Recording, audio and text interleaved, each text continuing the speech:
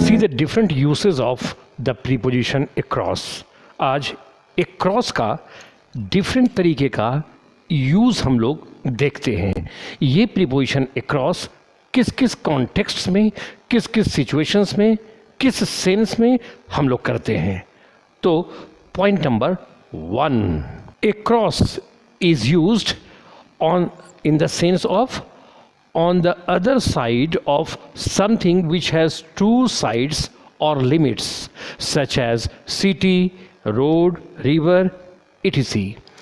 across का पहला use होता है इस संदर्भ में on the other side, उस तरफ, इस अर्थ में इसका यूज करते हैं। किसी चीज़ के दूसरे तरफ के सेंस में इसका यूज़ करते हैं। किसी चीज़ का मतलब जैसे आपका जैसे सिटी, रोड, रिवर, ईटीसी, इसके दूसरे तरफ के अर्थ में यूज़ करते हैं, जिसको हम लोग लेमैन वर्ड्स में ऐसे बोलते हैं उस पार। यस, उस पार के अर्थ में इसका हम लोग यूज़ करते हैं। जैसे एक सेंटेंस है, रवि नदी के उस पार रहता है, दूसरे तरफ, ऑन द अदर साइड। तो इसको कैसे बनाएंगे? ऐसे, Ravi lives across the river. Ravi नदी के उस पार रहता है, उस तरफ, ऑन द अदर साइड, ऐसे यूज करते हैं। एक और एग्जाम्पल लीजिए, look at the second example. मेरा घर रोड के उस पार है। अब रोड है, रोड का 2 साइड्स है ना। जैसे रोड है, ये रोड है और हम यहाँ पर हैं और हम कहते हैं कि मेरा घर इस तरफ है, रोड के उस पार। ये तो सब ये रोड है, रोड के उस पार, इस अर्थ में इसको हम लोग यूज़ करते हैं। तो इसका इंग्लिश कैसे करोगे? तो इसका इंग्लिश हो जाएगा, my house is across the road. मेरा घर रोड के उस तरफ है। तो इस सेंस में इसका यूज़ करते हैं। एक और एग्जाम्पल देखिए, वह तैरकर नदी के उस पार चला गया। नदी के अदर साइड में चला गया। तो इसका इंग्लिश कैसे करोगे? ऐसे, he swam across the river. Swim का मतलब तैरना, V1 है, स्विम का V2, स्वैम। तो हम लोग क्या किए? सिंपल पास्ट टेंस का है, he swam, V2, he swam across the river, यानी वह तैरकर नदी के उस पार चला गया। एक और एग्जाम्पल लो, मेरा भाई रोड के उस पार खड़ा है। अब इस सेंटेंस को जरा देखिए, तो क्या बोलोगे? रोड के उस पार। इसका ऐसे बनाइए, my brother is standing across the road. मेरा भाई रोड के उस पार खड़ा है। अक्रॉस का यूज़ किए, रोड के उस पार। और एग्जाम्पल लो, एक सेंटेंस है, जब मैं नदी के उस पार देखा तब मैं जमीन देखा। नदी के उस पार, ऑन द अदर साइड। जब नदी के उस पार देखा है, ऑन द अदर साइड, फिर इसका यूज़ कीजिए। और इसका कैसे होगा? ऐसे, When I looked out across the river, I saw land. जब मैं नदी के उस पार देखा, नदी के उस पार देखा, looked out across the river, across the river, उस पार देखा, I saw land, तब मैंने जमीन देखा।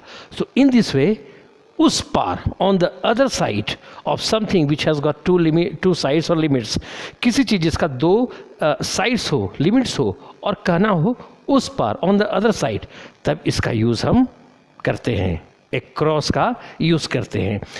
अब एक और यूज़ देखो across का।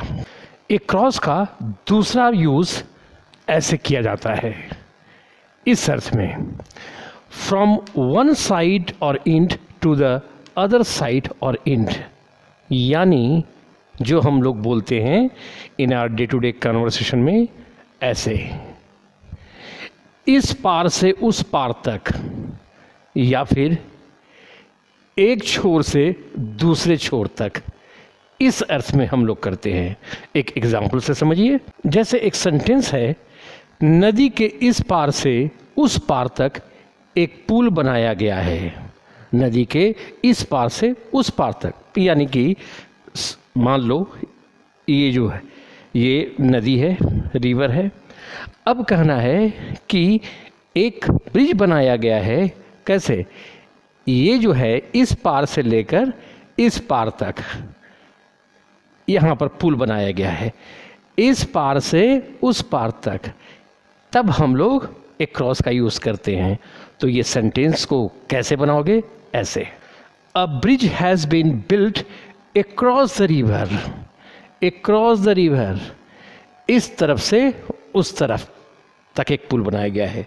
और एग्जाम्पल लीजिए, जैसे सेंटेंस ऐसा है, वह शहर के एक छोर से दूसरे छोर तक साइकिल पर यात्रा किया। यानी शहर है, उसके एक एंड से दूसरे एंड तक साइकिल से यात्रा किया। तो इस अर्थ में भी हम लोग अक्रॉस का यूज करेंगे ऐसे, he travelled on bicycle across the city.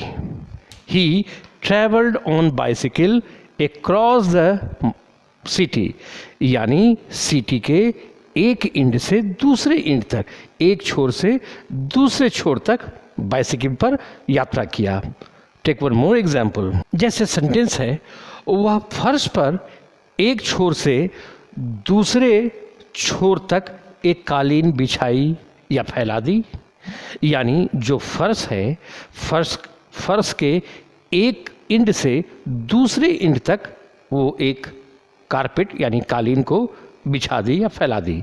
तो फिर वही अर्थ आ रहा है, एक छोर से दूसरे छोर तक अक्रॉस का यूज ऐसे करेंगे। She spread a carpet across the floor. Floor के एक छोर से दूसरे छोर तक। तो फिर हम लोग क्या यूज किए?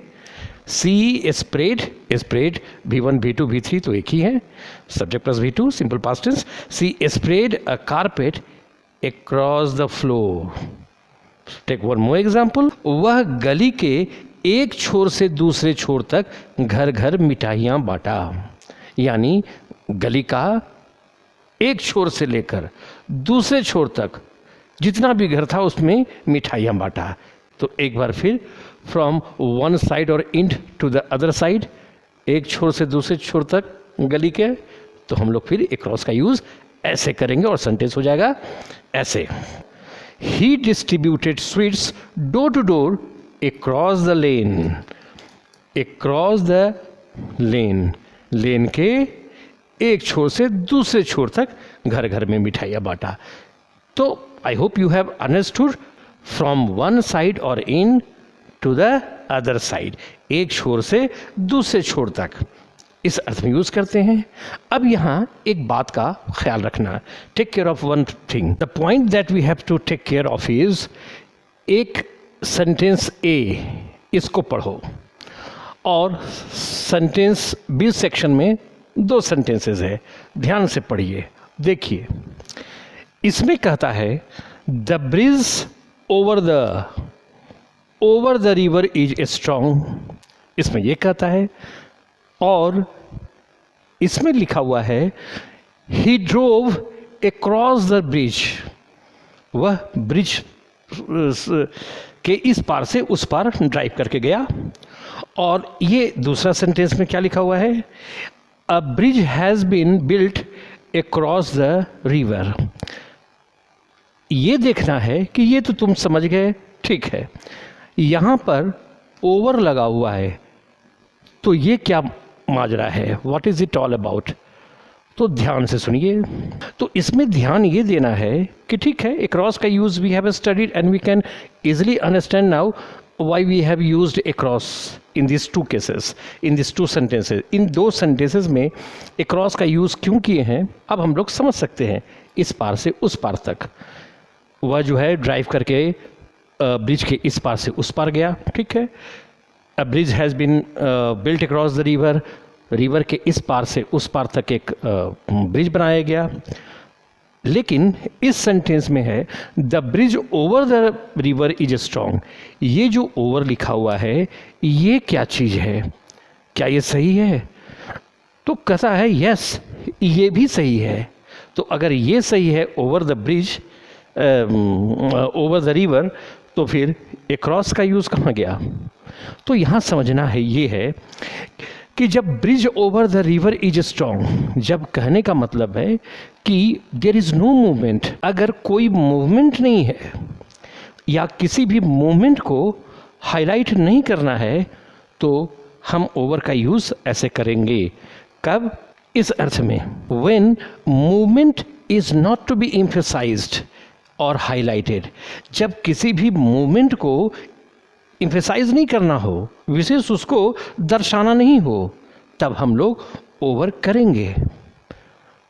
नदी के ऊपर एक ब्रिज है, लेकिन जब केस ऐसा हो जिसको हम लोग कह सकते हैं व्हेन मूवमेंट और sense of one side to the other side is to be highlighted और एम्फेसाइज्ड, जब किसी भी मूवमेंट को हाईलाइट करना हो या इस सेंस को कि एक तरफ से दूसरे तरफ के सेंस को जब हम लोग को एम्फेसाइज करना हो, हाईलाइट करना हो, दर्शाना हो, तब हम लोग अक्रॉस ऐसे करेंगे। ही ड्रोव अक्रॉस द ब्रिज, वह जो है ड्राइव करके ब्रिज के इस तरफ से उस तरफ गया, देयर इज अ मूवमेंट, हम लोग अक्रॉस यूज़ करेंगे। या फिर इस सेंस को एक तरफ से दूसरे तरफ, तब हम लोग अक्रॉस को यूज़ करेंगे। वही किया गया है। A bridge has been built across the river, नदी के एक तरफ से दूसरे तरफ तक एक ब्रिज बनाया गया है। तो in this way we have to take care of this point. अब अक्रॉस का एक और यूज़ देखिए, ये इसका यूज़ हम लोग एक और सेंस में करते हैं। We use across to emphasize that something is happening at the same time in many places or parts of a city or a country or an organization etc. जब ये दिखाना हो कि कुछ हो रहा हो एक ही समय में किसी भी शहर के या देश के या ऑर्गेनाइजेशंस के बहुत सारे पार्ट्स में एक ही साथ एक ही समय में कुछ हो रहा हो, देश भर में, शहर भर में, पूरे शहर में, तो ऐसे अर्थ में हम लोग अक्रॉस का यूज़ इस तरीके से करते हैं। जैसे एक एग्जांपल में देखिए, across the country people are taking out a procession against the government. अब यहाँ देखो, across the country people are taking out a procession against the government. देश भर में लोग सरकार के खिलाफ एक जुलूस निकाल रहे हैं। तो देश भर में, देश के डिफरेंट पार्ट्स में, तो इस सेंस में हम लोग यूज़ करते हैं। एक और एग्जांपल देखिए, सेंटेंस है English is spoken across the globe.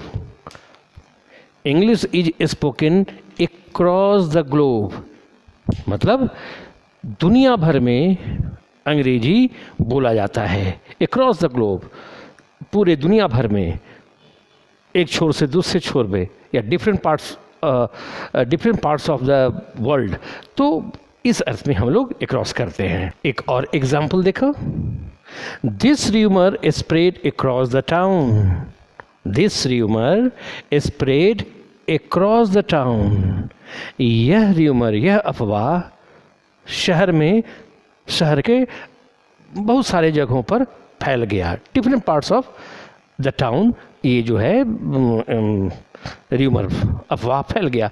तो in this way we use across. Now see some more interesting points related to this preposition across. Take care of these points.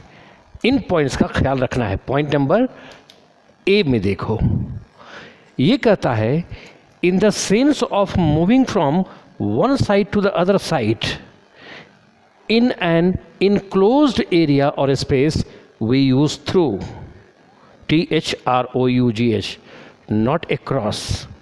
जब एक तरफ से दूसरे तरफ मूवमेंट करना हो, लेकिन कहाँ, इस पर ध्यान देना। in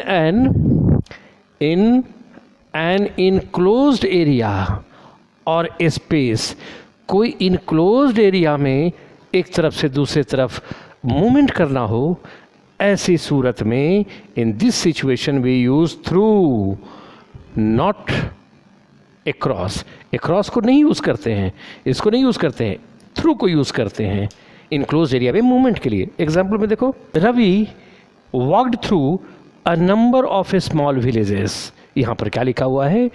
walked through a number of small villages. Villages जिसका कोई विलेज के अंदर बहुत सारे विलेजेस में, बहुत सारे छोटे छोटे गांव में वो राहुल घूमा। Villages means enclosed area.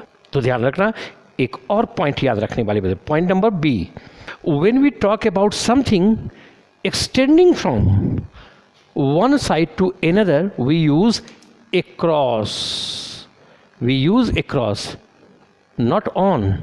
जब हम लोग कुछ ऐसी बातें करते हैं जो कोई एक छोर से दूसरे छोर की तरफ बढ़ता है, एक तरफ से दूसरे तरफ तक बढ़ता है, एक इंड से दूसरे इंड तक बढ़ता है, तब हम लोग across का यूज़ करते हैं, on का नहीं। एग्जाम्पल से समझो, देखिए, the cloth was spread across the table। The cloth was spread across the table means table पर कपड़े को स्प्रेड किया गया, बिछाया गया, फैलाया गया, यानी एक छोर से दूसरे छोर तक, एक इंड से टेबल के एक इंड से दूसरे इंड तक कपड़े को फैलाया गया। तो ऐसी स्थिति में हम लोग across का यूज़ करेंगे, ऑन नहीं। ऐसा नहीं करेंगे the cloth was spread on the table, नहीं।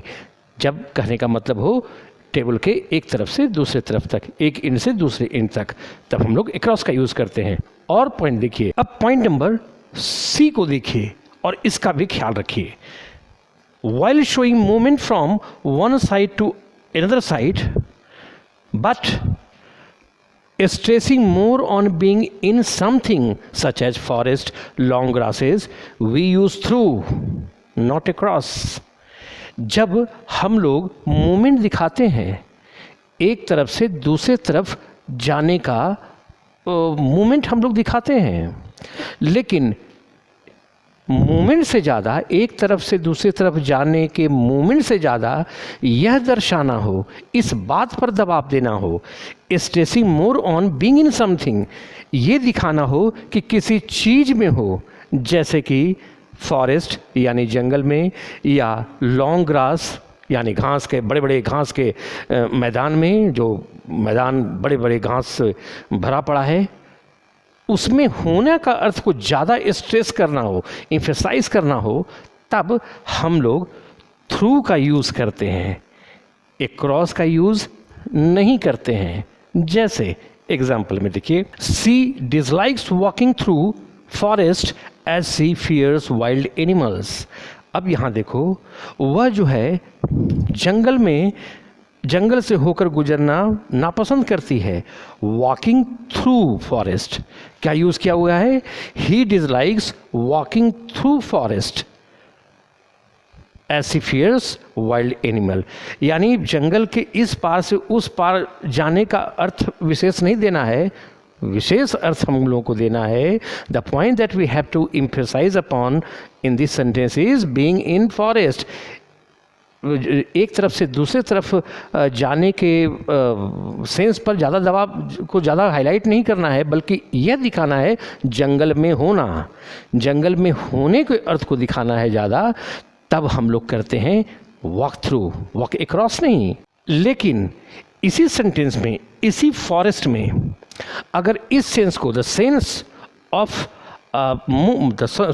Of moving from one side to another side has to be highlighted और emphasized अपॉन, लेकिन अगर इसी सेंटेंस में अगर ये दिखाना है कि एक साइड से दूसरे साइड, एक तरफ से दूसरे तरफ जंगल के, यानी जंगल के एक तरफ से दूसरे तरफ या एक छोर से दूसरे छोर तक जाने का अर्थ पर, जाने के अर्थ पर अगर दबाव देना हो, उसको हाईलाइट करना हो, तो हम लोग अक्रॉस करेंगे ही। जैसे देखो, नोट पॉइंट को पढ़िए। somehow she managed to walk across the forest and came to a safe place। इस पॉइंट पर ध्यान दो कि किसी भी तरीके से वह जो है she managed to walk across the forest, forest के एक तरफ से दूसरे तरफ गई और एक सुरक्षित स्थान पर आई। तो यहाँ पर ये हाईलाइट करना है जंगल के, फॉरेस्ट के एक साइड से दूसरे साइड पर पहुंचना, जाना किसी भी तरीके से, तब हम लोग वॉक अक्रॉस करेंगे। So take care. Now see some more points likewise. इस सेंटेंस को देखो, when my dog runs through long grass it is difficult to find it.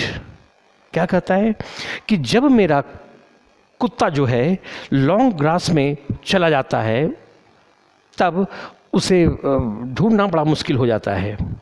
तो यहाँ पर when my dog runs through long grass क्यों लिखा हुआ है?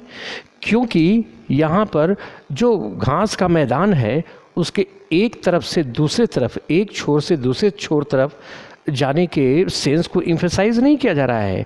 More than that what is being emphasised over here is कि डॉग जो है उस घास के मैदान में है, उसके अंदर है, मैदान है, लंबे लंबे घास है उसमें कि हम आप भी चले जाएं तो उसके दिखना मुश्किल है। तो उस घास में होना, ऐसा अर्थ जब देना है तब हम लोग थ्रू प्रीपोजिशन का यूज करेंगे, अक्रॉस का नहीं। लेकिन अब देखो, look at this point.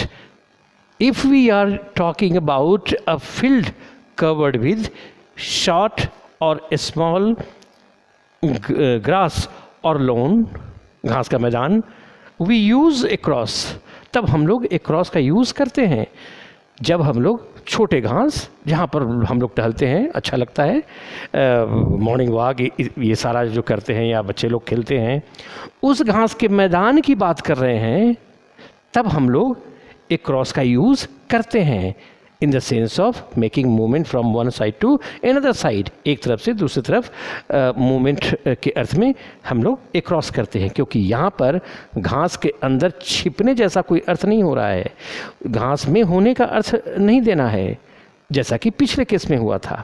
तो हम इसको एक एग्जाम्पल से हम लोग समझें। I was driving away the dog across the lawn.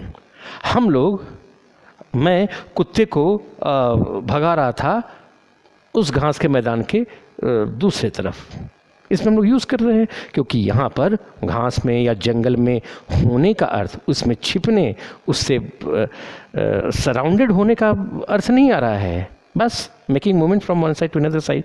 तो ऐसा हम लोग करें। So please take care. इस बात को भी हम लोग ख्याल रखें कि अक्रॉस जो है ये एक एडवर्ब भी है और ये एक प्रीपोजिशन भी है। जैसे एग्जाम्पल से देखो, the road was very busy and I found it difficult to get across. तो क्या कह रहा है कि रोड बहुत बिजी था और बड़ा मुश्किल हुआ रोड को क्रॉस करने में, रोड के उस पार जाने में। तो ये वर्ब के लिए यूज़ हुआ है, तो ये एडवर्ब का काम कर रहा है। अब ये एक प्रीपोजिशन भी है। जैसे एग्जाम्पल से समझिए, he took a boat across the river. वह नदी के उस पार एक नाव लिया। एक नाउन का दूसरे नाउन या प्रोनाउन से रिलेशन को बताने के लिए यूज़ किया गया है, भाई प्रीपोजिशन का काम कर रहा है। एक और एग्जाम्पल लीजिए, across the room I found several guests, I went and shook hands. Across the room, पूरे रूम में, रूम के एक तरफ से दूसरे तरफ तक मैंने बहुत सारे गेस्ट्स को देखा, मैं गया, हाथ मिलाया। तो ये नाउन के साथ रिलेशन बता रहा है। तो एक नाउन का दूसरे नाउन या प्रोनाउन से रिलेशन बताने वाले शब्द को प्रीपोजिशन कहते हैं। इट मीन्स ये प्रीपोजिशन का भी काम करता है और एडवर्ब का भी काम करता है। In this way take care of all this points.